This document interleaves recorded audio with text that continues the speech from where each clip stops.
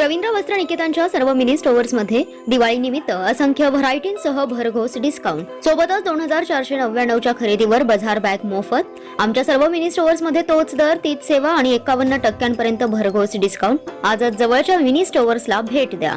आमच्या शाखा आरवडे, तुंग, आरग, ढालगाव, पलूस, कवठेमहांकाळ, कडेगाव, आटपाडी, खानापूर, शिरोळ, तासगाव, सावळत, सांगोला, जत, जयसिंगपूर, सांगली, म्हैसाळ, भिवघाट, संख तसेच कर्नाटकातील शिरूर, रायबाग येथे सेवेत। रवींद्र वस्त्र निकेतन, सलगरे, तालुका मिरज, जिल्हा सांगली।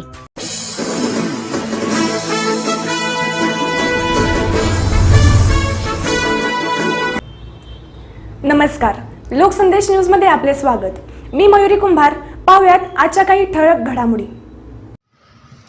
ड्रग आणि गांजेचे लागेबंधे सरकारमधील नेत्यांच्या बरोबर आहेत, तर राज्य सरकारमधील मंत्री गांजा तस्कराचे प्रवक्ते आहेत। मंत्रीपदाची जी शपथ घेतली आहे महाविकास आघाडी सरकारमधील मंत्र्यांनी, ते शपथेचा भंग केला आहे। अनेकांना ममत्व दाखवतात, अनेकांचा तिरस्कार करतात। गांजावाल्यांचे हे राज्य सरकार आहे। आंदोलन करणाऱ्या एसटी कामगारांवर जर सरकारने कारवाई केली तर मी स्वतः परिवहन मंत्र्यांच्या केबिनमध्ये आंदोलन करणार।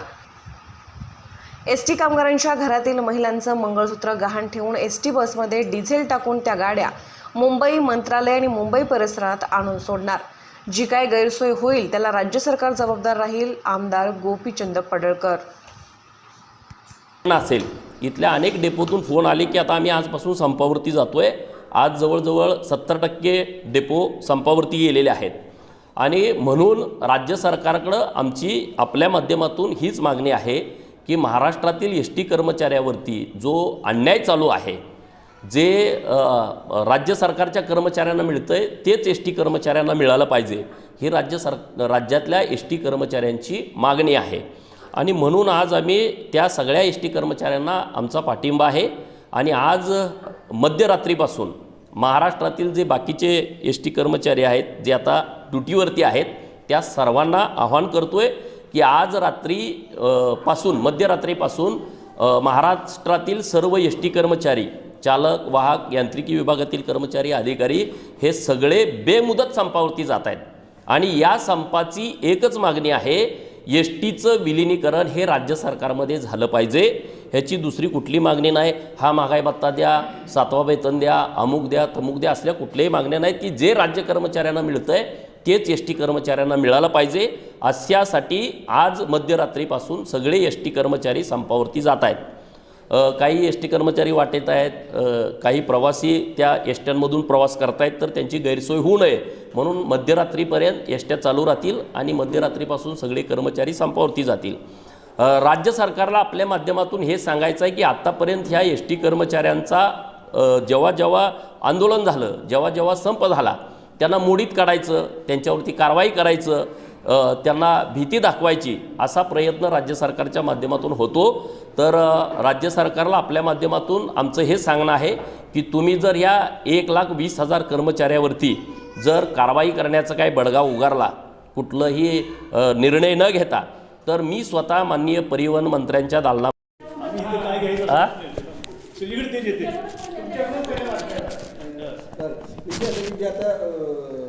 नवाब मलिक किंवा वानकडे यांच्यावर जे जातीपातीचं सुरू आहे टीका टिप्पणी, हे कितपत योग्य वाटतं?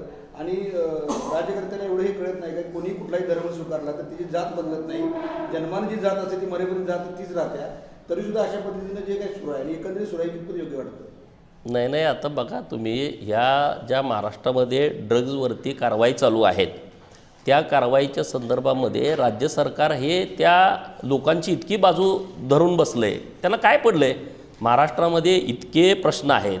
महाराष्ट्रामध्ये शेतकऱ्यांना अतिवृष्टी झाली, त्यांना अजून पैसे मिळाले नाहीत, आपल्याकडे महापूर आला, त्या लोकांना अजून तुम्ही नुकसान दिलं नाही, विविध प्रश्न आहेत। आता हे एसटीवाले सगळे कर्मचारी आज संपावर जाते, त्याच्याकडे तुमचं दुर्लक्ष आहे।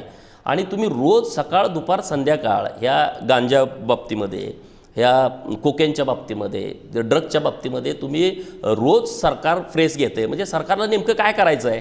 हे गांजावाल्यांच्या बाजूचे आहेत का, हे ड्रग्जवाल्यांच्या बाजूचे आहेत का, ह्याचे सगळे लागेबांधे ह्या सरकारमधल्या मंत्र्यांच्यापर्यंत जात आहेत। आता नवाब मलिकांचे जावाई अरेस्ट आहेत, म्हणजे ह्या सगळ्या टोळ्याशी यांचे संबंध आहेत का? तुम्ही एका अधिकाऱ्याला त्याच्या जातीवरून का अरेस्ट करताय कारण नसताना? जातीचा आणि अधिकारी प्रशासनामध्ये काम करण्याचा काय संबंध आहे?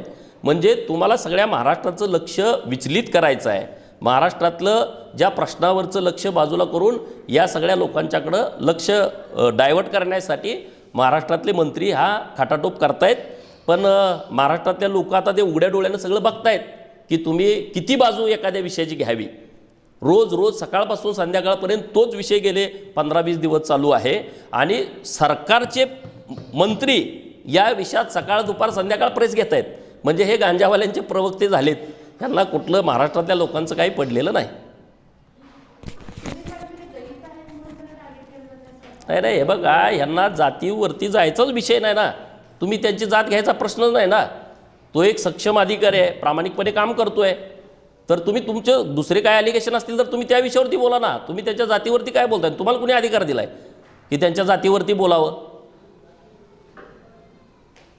मंत्रिपदाची शपथ घेताना शपथ घेतली जाते, कुणाचं ममत्व किंवा कुणाचा तिरस्कार केला जाणार नाही म्हणून एक बाकीचे आरोप. नाही, ह्याने अनेक वेळा या शपथेचा भंग केला आहे. अनेक वेळा हे लोकांच्या बाबतीमध्ये ममत्व बाळगतात, काही लोकांच्या बाबतीमध्ये आकस बाळगतात. हे काय पहिलंच प्रकरण आहे का? अनेक प्रकरणामध्ये असं होतंय की त्यांनी जी गोपनीयतेची शपथ घेतलेली आहे त्या शपथेचा कायम या सरकारमधल्या प्रत्येक मंत्र्यानं अनेक वेळा भंग केलेला आहे.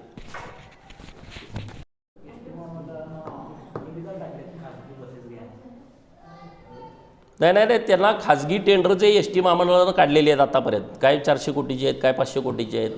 काय ड्रेसचं टेंडर, म्हणजे ज्या ड्रेस 18 ते 19 कोटीत मिळत होते ते मला वाटतं 38 कोटीचं टेंडर यांनी काढलं आहे. या एस टी महामंडळाची निर्मिती झाल्यापासून आत्तापर्यंत 50 लाखाच्या वर अजून चोरी झाली नाही. पण चोरी होऊ नये म्हणून 9 कोटीचं टेंडर आहे.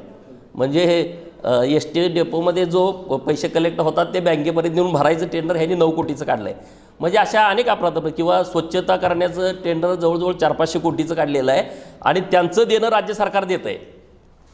ह्या ठेकेदारांचं पैसे देत आहेत पण एस टी कर्मचाऱ्यांना पगार वेळेवर करत नाहीत. एस टी कर्मचाऱ्यांना कुठला न्याय या राज्य सरकारच्या माध्यमातून मिळत नाही. अनेक तर विषय असे की जे टायर येतात एस टी डेपोकडं ते बऱ्यापैकी जुने टायर, रिमोल्ड केलेले टायर त्यांच्याकडे येतात. मी यांत्रिकी विभागाच्या अनेक कर्मचाऱ्याशी बोललो तर ते म्हणतात की जो माल आम्हाला पॅक होऊन येतो त्याचं पॅकिंग नवीन असतं आणि त्यात मटेरियल जुनं असतं. आम्ही जर आज त्याला मटेरियल घातलं तर मुंबईतून गाडी परत येईल याची शाश्वती नाही. पण कधी त्यांचं महामंडळाचं मटेरियल येत नाही तेव्हा आम्ही डेपोच्या अधिकाराखाली खाजगी दुकानातून आम्ही जेव्हा मटेरियल घेतो त्या मटेरियलला 4-4 वर्ष काही होत नाही. म्हणजे सगळ्या बाजूनं एस टी धुवून खायचा प्रयत्न चालू आहे. तर राज्य सरकारची प्रॉपर्टी आहे तर राज्य सरकारच्या ताब्यात घ्यावं. अनेक महामंडळं महाराष्ट्रातली आहेत ती सगळे राज्य सरकारच्या अखत्यारीत आहेत. मग ह्याचं स्वायत्तता रद्द करून विलिनीकरण करावं हीच कर्मचाऱ्यांची मागणी. नाही, आत्ता त्यांना पगार 14,000 काही कर्मचाऱ्यांना पगार आहे, 8,000 काही कर्मचाऱ्यांना आहे.